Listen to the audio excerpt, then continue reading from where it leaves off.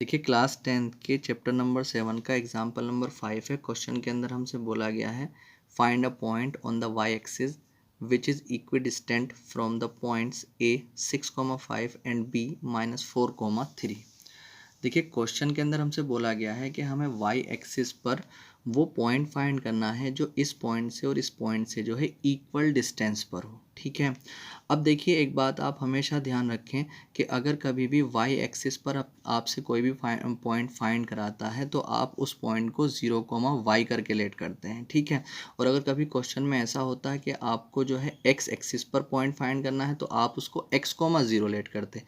तो हमसे यहाँ पे क्वेश्चन के अंदर बोला गया है कि वाई एक्सिस पर पॉइंट फाइंड करना है तो हम उस पॉइंट को जो है लेट कर लेंगे। Let the point on Y axis is equal to 0,y। ठीक है, अब आगे क्वेश्चन में बोला गया था कि जो वो पॉइंट है जो हमें फाइंड करना है वाई एक्सिस पर, उस पॉइंट से ये वाला ए पॉइंट और बी पॉइंट जो है इक्वी डिस्टेंस है, यानी कि इक्वल डिस्टेंस पर है। ठीक है, तो मैंने इस पॉइंट को जो है यहाँ पर बना लिया और ए पॉइंट यहाँ पर ले लिया और जो बी पॉइंट था वो मैंने यहाँ पर ले लिया। इनके कोऑर्डिनेट्स मैंने यहाँ पर लिख लिए हैं।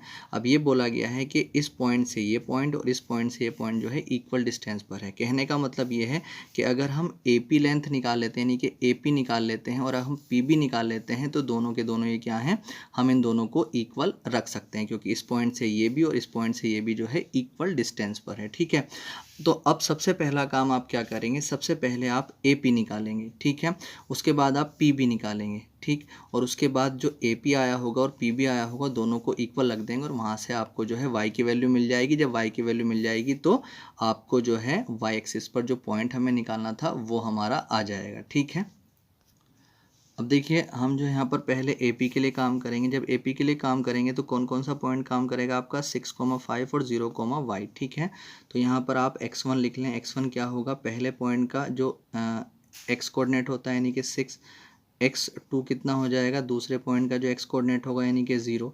तो यहाँ पर y1 कितना हो जाएगा -5 और y2 आपके पास हो जाएगा y। ठीक है, तो जब आप यहाँ पर ए पी निकालेंगे तो फॉर्मूला क्या होता है, दो पॉइंट के बीच की डिस्टेंस निकालने का है, किसी भी लाइन की लेंथ निकालने का फॉर्मूला आप डिस्टेंस फॉर्मूला लगाते हैं और डिस्टेंस फॉर्मूला क्या होता है आपके पास, √x2 - x1 का होल स्क्वायर और प्लस y2 - y1 का होल स्क्वायर। ठीक है, तो √x2 आपके पास कितना है, x2 है आपके पास 0, -x1 कितना है 6 का होल स्क्वायर और प्लस y2 आपके पास है y और माइनस y1 आपके पास है 5 का होल स्क्वायर। ठीक है, अब आप क्या करें, ए पी जब आप आगे करेंगे तो तो देखिए -0 तो कभी प्लस या माइनस में होता है, उसे हटा दिया करते हैं। तो यहाँ पे कितना आ जाएगा -6 का स्क्वायर और प्लस यहाँ पर ये y -5 का होल स्क्वायर है। ठीक है, तो ए पी को आप ऐसे ही रखें।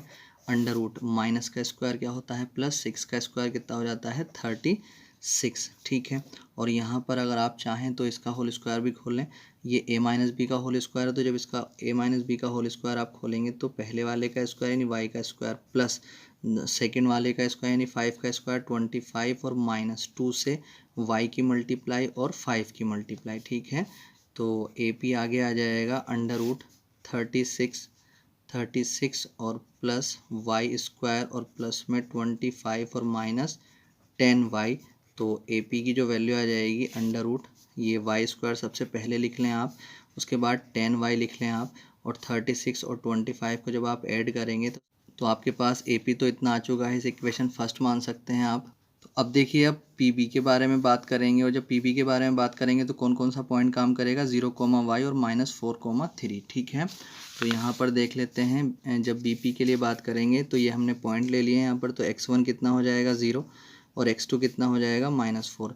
एक बात और है कि पॉइंट को हम -4,3 को पहला पॉइंट भी ले सकते हैं, 0,y को दूसरा पॉइंट भी ले सकते हैं, उसमें कोई दिक्कत वाली बात नहीं है। ठीक है, अब y1 की अगर हम बात करें तो y आ जाएगा और y2 की अगर हम बात करें तो कितना आ जाएगा 3। ठीक, अब जब आप bp निकालेंगे तो डिस्टेंस फॉर्मूला क्या होता है, √x2 - x1 का होल स्क्वायर और प्लस y2 - y1 का होल स्क्वायर। तो x2 आपके पास कितना है -4 और -x1 कितना है 0 का होल स्क्वायर प्लस y2 कितना है 3 -y1 कितना है y का होल स्क्वायर। तो माइनस ये -4 में से 0 जाएगा तो 0 हट जाता है, -4 का स्क्वायर हो जाएगा और प्लस इसके होल स्क्वायर को खोलेंगे तो 3 का स्क्वायर 9 और प्लस y का स्क्वायर y स्क्वायर और -2 से 3 की मल्टीप्लाई और y की मल्टीप्लाई। ठीक है, तो अंडर रूट यहाँ पर आ जाएगा माइनस का स्क्वायर प्लस 4 का square 16 plus 9 plus Y square और -6y। ठीक है, अब जब आगे इसको सॉल्व करेंगे तो सबसे पहले आप वाई स्क्वायर लिख लें, उसके बाद -6y को लिख लें, उसके बाद 16 और प्लस 9 को जब ऐड करेंगे तो कितना आ जाएगा 25 आ जाएगा। तो आपने देखा बीपी आपके पास ये चीज़ आ चुकी है इक्वेशन 2। अब हमसे क्वेश्चन में बोला गया था कि जो एपी है और पीबी जो है, पी पॉइंट जो है ए से और पी जो है बी से जो है इक्वी डिस्टेंस पर है, यानी कि एपी इक्वल पीबी के लिया जा सकता है। ठीक है, तो अब आप क्या करें,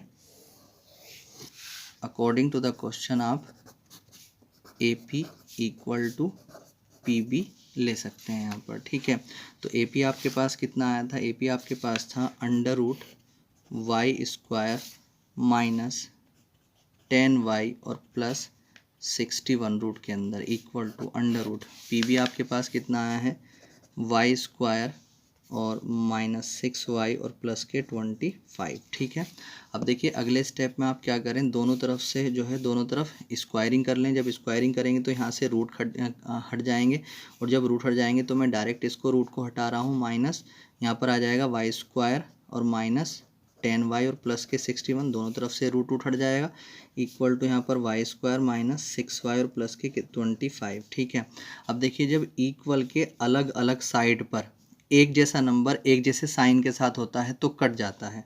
अगर हम यहाँ पर देखते हैं इक्वल के इधर वाई स्क्वायर है और इक्वल के इधर भी वाई स्क्वायर है और इधर भी वाई स्क्वायर प्लस का है और इधर भी वाई स्क्वायर प्लस का है, तो इक्वल के अलग अलग साइड पर एक जैसा नंबर एक जैसे साइन के साथ होता है तो कट जाता है। ठीक है, और अगर इक्वल के एक साइड में होते हैं तो अलग अलग साइन पर कटते हैं। ठीक है, अगर एक चीज़ प्लस की है तो दूसरी चीज़ माइनस की होनी चाहिए, तब वो कटेंगे, मगर अगर इक्वल के अलग अलग साइड पे हैं तो एक जैसा नंबर एक जैसे साइन के साथ कट जाता है। तो वाई स्क्वायर से वाई स्क्वायर खत्म हो जाएगा, यहाँ पर बचेगा -10y प्लस के 61 इक्वल टू -6y प्लस के 25। अब आप क्या करें, वाई वाई वालों को एक तरफ ले लें और बिना वाई वाई वालों को एक तरफ ले लें, तो -10y और ये ये प्लस के 6y, ये इधर आके प्लस के हो जाएंगे इक्वल टू 25, और इधर आके -61 आ जाएंगे। ठीक है, और जब आप इसमें -10 में से प्लस के 6 को माइनस करेंगे तो -4y बचेंगे, और जब आप इसमें से इसको माइनस करेंगे तो आपका आ जाएगा 36, और 36 जो आएगा वो माइनस का है, क्योंकि जो बड़ा नंबर है वो 61 है और 61 किस चीज़ का है, माइनस का है, तो माइनस से माइनस खत्म हो जाएगा। यहाँ पर आया 4y इक्वल टू 36,